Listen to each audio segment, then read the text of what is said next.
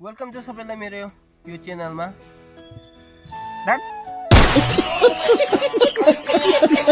मलाई चाहिँ बिहान किन मम्मीहरूले उठाउनु भयो भनेको त यहाँ चाहिँ बहरहरू बेच्न आँट्नु भएको रहेछ। यो रातो बहर चाहिँ सबैभन्दा बेसी तकलिफ दिन्छ, त्यसलाई नै फास्ट बेसी दिनुभएछ।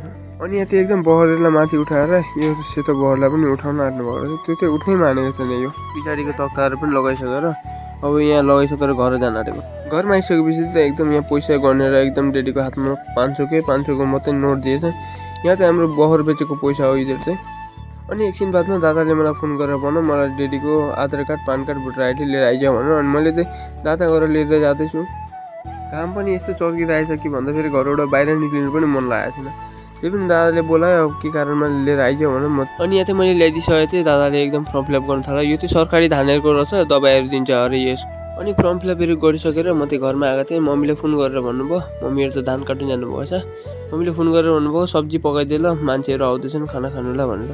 अनि सब्जी भन्दा फेरि सब्जी मैले केही पनि देखिनँ। यहाँ हाम्रो बारीमा त एकदम यो नयाँ घर बनिँदैछ, त्यहाँ चाहिँ एकदम सागहरू रोपेको थियो, त्यही साग लिएर बनाइदिने भनेर बारीमा आइपुगेँ। बारीमा आएर त सागहरू पनि ठुल्ठुलो रहेछ। अब यही साग र आलु बनाइन्छु भनेर त एकदम साग टिप्नु थालेँ।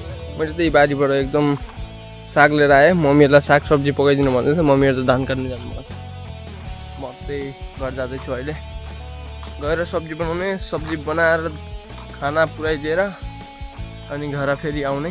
अनि मैले चाहिँ ल्याएर एकदम सागलाई चाहिँ एकदम सानो सानो पारेर काट्नु थालेँ। आलु पनि 3वटा ल्याएर यसमै मिक्स गरिदिनु भने काकीहरूले फोन गर्नुभएको थियो एकदम आलु र साग चाहिँ एकदम ग्रेभी जस्तै दबदबे पारिदिएर बनाइदिएँ भन्नु थालेँ। अनि यहाँ मैले चाहिँ आलु र साग मजाले काटिसकेँ। अब धुइदै पारेर पकाउनुतिर लाग्नु पर्यो। अब सब्जी पकाएर मम्मीहरूलाई चाहिँ फोन गरेर बोलाइदिनु परेछ। मम्मीहरूलाई पनि भोक लागिसक्यो होला, बिहानदेखि केही नखाइकन जानुभएको। मम्मीलाई खाना खेतामै लगिदिन्छु भनेको त मम्मीहरू आइपुग्नु भएछ। म पनि अब भिडियो बनाउँछु। म त एकदम नजै गरिसकेर यहाँ घर आइपुग्दाखेरि काकीहरू भाउजूहरू बहिनीहरू चाहिँ एकदम फोन हेरिरहेको छन्।